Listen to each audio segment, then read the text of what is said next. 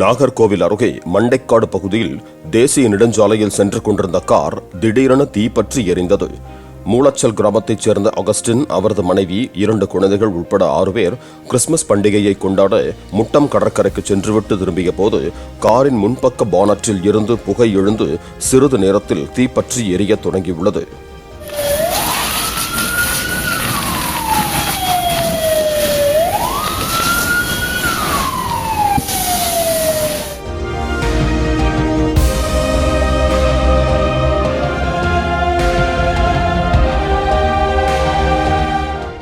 Play store மற்றும் app ஸ்டோரில் இருந்து பாலிமர் செயலியை QR கோடு மூலம் பதிவிறக்கம் செய்யுங்கள். செய்திகளை உடனுக்குடன் பெறுங்கள்.